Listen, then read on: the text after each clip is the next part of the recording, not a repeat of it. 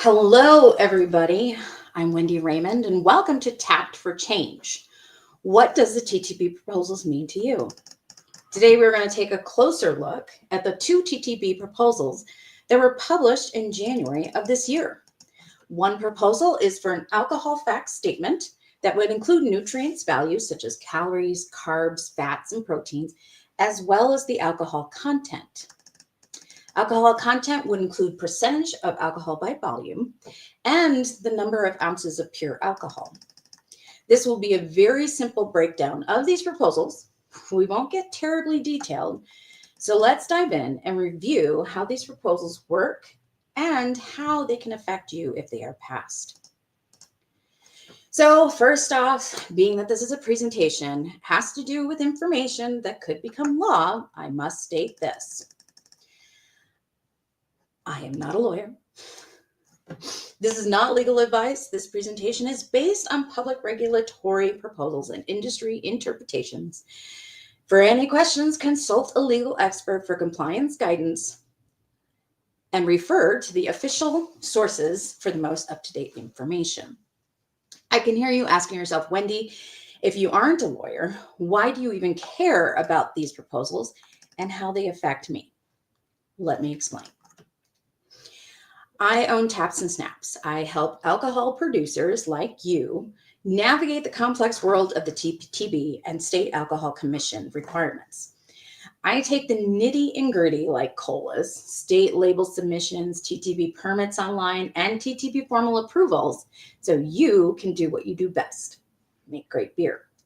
I'm a geek for all things regulatory, and I love breaking down complicated processes into manageable bites. Let me handle the paperwork and the red tape so you don't have to. After all of that, I'm a certified cicerone, but on the personal side, I'm a foodie and enjoy exploring the beer one beer at a time. But that's enough about me. Let's get to it. To help shine a light on how we got to these proposals, I thought it would be interesting to look at the history of these proposals and rulemaking. So I'm not putting all the dates on this timeline. So it all started in 2003. Various health organizations started petitioning the TTB, asking them to make mandatory nutritional facts about alcohol beverages. So down we move 3 years, TTB puts out comments for major food allergens, but it really doesn't go anywhere. It just kind of simmers. So we're going to move down the line. 2013, TTB allowed for voluntary serving facts, such as calories, carbs, fats, and proteins. But this was all voluntary. And most likely these were based on analytical testing. So let's move on to 2020, where the TTB said, okay, you can have tolerances, plus and minus X% on your serving facts, as well as using databases that are out there to get your nutritional information based on common styles, and no need to send in those common styles for analytical testing. So now we're going to continue to move into 2021, and again, TTB receives more petitions asking the TTB to mandate a standardized label, as well as place a moderate drinking statement on the label. This also was the start of the big push for listing major allergens. Let's move into 2022. So the Treasury report on alcohol industry competition and what came of this report was recommendations for the mandate of information such as allergens, nutrition, and ingredients. Now, this was all in response to the Biden administration executive order requesting that the Treasury release a report recommending greater transparency in alcohol labeling, including nutrition allergen serving facts. So let's move into 2022. TTB was like, okay, some of this information we have is old. Comments from the public and from the industry are old. So let's open up the floodgates and see where the public stands, where the industry stands. With that came 5,000 some odd comments, X amount of people showing up to their video broadcasts to voice their opinions. It is noted that the Brewers Association put out a long summary to the TTB. If you ever want really fun reading, definitely check it out. So we are talking 21-year span that the TTB has been allowing for voluntary service facts, requesting comments from the public, a lot of this going back and forth, and nothing truly solid of mandation. Now, with that being said, with the current administration, who knows where things are going to go? We don't know how these proposals are going to play out. So 2024 opened up for comments. Now we're in 2025. 2025, 2 notices from TTB comes out with proposals. And so how this would affect alcohol beverages, including beer and malt beverages. I'm not going to touch on how these proposals will hit other alcohol producers. I may touch on it, but I'm not going to go down the rabbit hole. So part of this was the alcohol facts statement. This would include serving size, number of servings per container. We'll dive deeper on those in a moment. Alcohol by volume, ABV. Ounces of pure alcohol per serving, calories per serving, and grams of carbohydrates, fats, and proteins per serving. And then the other part of this proposal, or the other proposal, is the mandatory disclosure of 9 major allergens. So the alcohol fact statement is similar to the nutritional fact statement that you find on food. TTB is currently going back and forth. Would the statement be listed as alcohol facts or nutritional facts, when what would be clearer to the consumer? Let's get into how this alcohol fact statement should appear and serving size. Now, as rudimentary as this graphic is, it will help you visualize how the serving size will work. So we are going to take an example of a 16-ounce can. Some of us think the serving size, based on these proposed serving sizes, would be 1 1/3 serving, because it's a 12-ounce beer, or it's a 16-ounce beer. So it's between the 12-ounce and 16-ounce. Bear with me. All right. So since the 16-ounce can is between 100 to 200% of the 12 ounces, we are going to look at this beer, the 16-ounce can, as 1 serving only. So, for instance, beer is 5%. The serving container size is, the serving size is, I'm drawing a blank. Hold on. What? Okay. The serving size is 5%, which means that, why am I drawing a blank? The serving size is 1, meaning that all of those alcohol facts on that label need to state out the calories, carbs, fat, and protein for that 16-ounce can. All right. So the alcohol fact statement will be just like the general warnings statement. So placement of the alcohol facts would need to be in a set apart. Alcohol facts would need to be in bold and a box placed around it. Now, the great thing is the proposal right now is saying that you can put this in 2 formats. You can have linear format and the panel format. This will allow for greater flexibility when producing your labels for your cans. And one of the things that they looked at was, instead of having a separate panel, they would allow it to be included on the label so that it would help fit other labeling systems that are out there. They're trying to look at some of the cost effectiveness here. So nutrients value will be allowed to have a 20% tolerance. That includes calories. But even if the value is 0, for instance, fat, because we all know most beers have fat, they still need to appear on the label. New addition to this required statement is the pure alcohol per serving. For those of you that are not brewers, just know that that value can be attained through a simple equation. So one of the things that has been kind of debated over the years is having your nutrient database versus analytical testing. And through time, trying to be cost effective, they feel that nutrients databases can be utilized for common styles moving forward over analytical testing. Analytical testing can be very expensive for smaller producers. And so I think they're really trying to figure out ways to work around that. With that being said, the Brewers Association has a nutrient database. I must state that this is not supposed to be used for these alcohol statements or alcohol facts. However, it is a very useful tool to get an idea of how maybe these databases will work in the future. Basically, you find your style of the beer. From that, if your beer hits those parameters on your original gravity, your final gravity, then there's some statistics there that you can utilize for your nutritional facts. The USDA has a food data center. However, there's not a lot of alcohol products listed there to be utilized.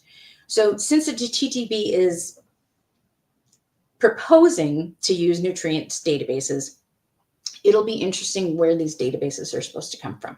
We shall see. The bummer of all of this is that the QR code is gone. The thought of a QR code to list these nutritional facts is being downplayed by the TTB.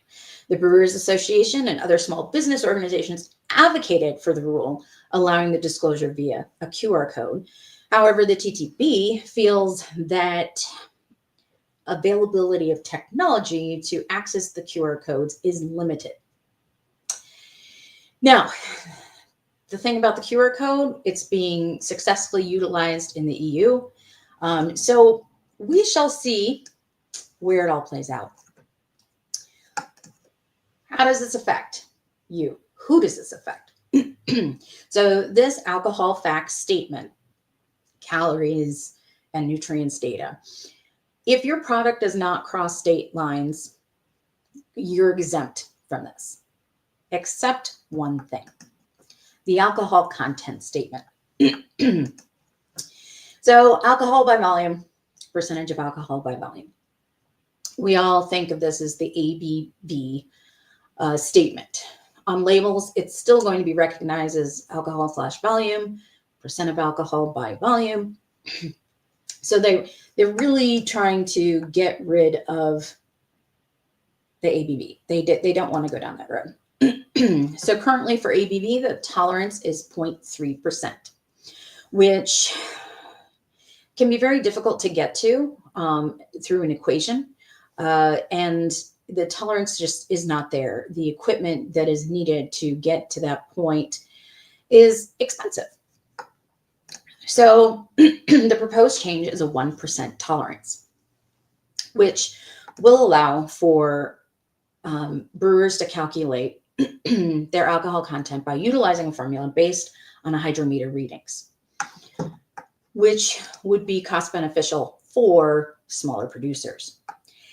This tolerance, this new proposed tolerance, does not affect any beer, which is probably a good thing.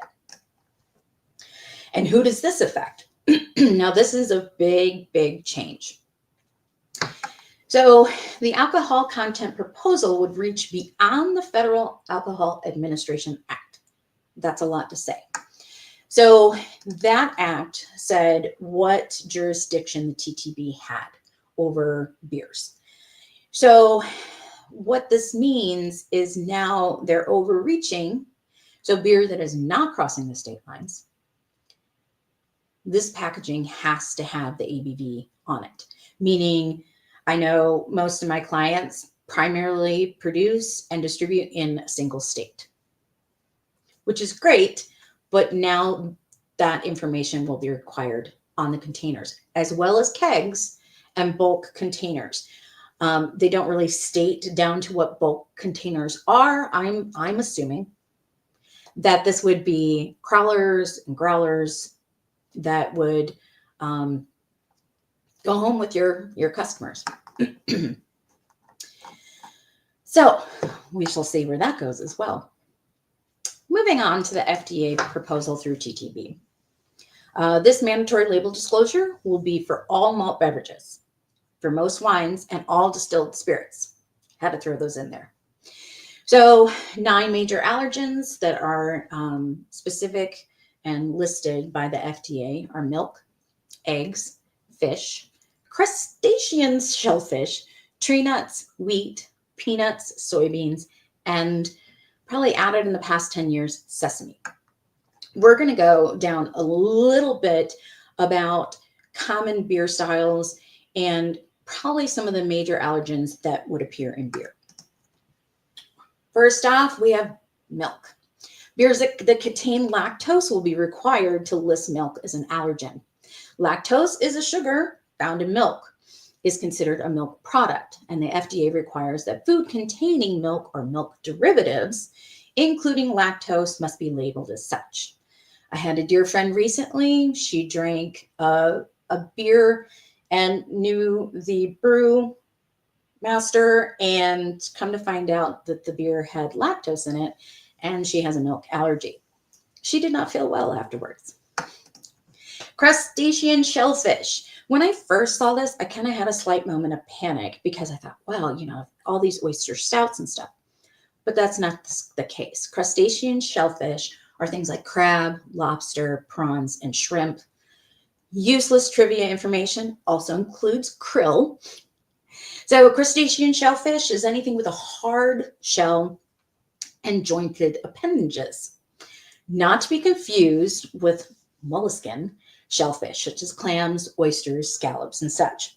The big differentiation between the two is that molluscan shellfish have a hinge. They don't have appendages. So things like oyster stouts and stuff will not have to list as shellfish. Tree nuts. So the FDA earlier this year shortened the list of tree nuts, which is great. So we are now down to 11 tree nuts. Almonds, black walnuts, Brazil nuts, California walnuts, cashews, hazelnuts that are commonly used in brewing, Japanese walnuts, pecans, pine nuts, pistachios, and English walnuts. I never knew there were so many walnuts. Anyways, so these will also have to be one of the things that are listed as a major allergen. Next up, we have wheat. A handful of beer styles are brewed with wheat, such as Hefeweizens and wheat beers. These are items that, these are samples or styles that will have to appear with wheat being in the allergen. Let's note the lovely world of peanuts. Any ingredients derived from peanuts must be listed as an allergen. So peanut butter extract, peanut butter powder, roasted peanuts that might be thrown into final fermentation. So these are items that will have to be listed. So how does this all work? So the proposed disclosure right now is if your product contains, well, let's take a peanut butter milk stout. So the major food allergens will have to be listed as milk and peanuts. Must list allergens, even if they're used as an incidental additive, meaning that that allergen is not in the final product. However, they may be listed as such peanuts and in parentheses, a processing aid. So you're not really stuck to just listing it as an allergen. Having it be as a processing aid can help those that don't have such a severe allergy, or they are just intolerant of certain number of these allergens. So what can you do? This brings us to what you can do as an industry member. I am sure that these proposals will affect you in some form or fashion if they are made into law. But there are many ways to have your voice be heard. Comments and concerns, concerns can be filed with the Brewers Association if you're a Brewers Association member. These concerns, comments need to be submitted to them by April 10th. In my slide presentation, I have attached a link to go there so you can file your comments. As I said, April 10th will be the deadline. This will allow the Brewers Association to put together a general summary to submit to the TTB. If you are not a Brewers Association member, or you just want to submit your comments to the TTB directly, these comments are due by April 17th. So there's also a link to file a comment with the TTB on the presentation. With that being said, if you are wondering what kind of questions to answer, what kind of questions to comment on, if you look up the proposals in there, the TTB has listed over and over again various questions that they're putting out to the public of how much is this going to cost you? What solutions do you think need to be made? What changes need to be made? Really, how could this affect your business? I think one of the biggest things they're trying to look at right now is the costs. Unfortunately, the big brewers coming up with these numbers are very easy for them. For you as the smaller producers, there's a lot more to it, and it's difficult to cost effectively get to these numbers. The one thing to note, which I should have noted earlier, is that the mandatory listing of ingredients has been thrown to the side, which is great. I think listing out your ingredients can be confusing to the general consumer. And also, for instance, my distillery clients, let me tell you, you throw a bunch of stuff in there and distill it up, and that's definitely not what you get. So they definitely were concerned about the ingredients being mandatory. So that is no longer the case. So I am going to open things up to comments and questions, if anybody should have any. I shall wait. But one of the things that, here's my contact info. I can be reached at wendy@tapsandsnaps.com. I do spell out the end. Check out my website, tapsandsnaps.com. I have some general information out there. I have been working on creating a document that you can utilize for your graphic designer that gives you and them the basics of what needs to appear on a label to help a cola be accepted and approved. Yeah, so thanks for everyone to be here. Thank you to CBP and Andrew for letting me inform you of these wonderful, beautiful proposals and how they're going to affect you.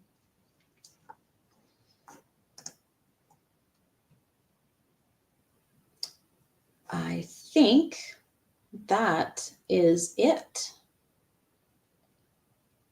I'm going to sign out. Cheers.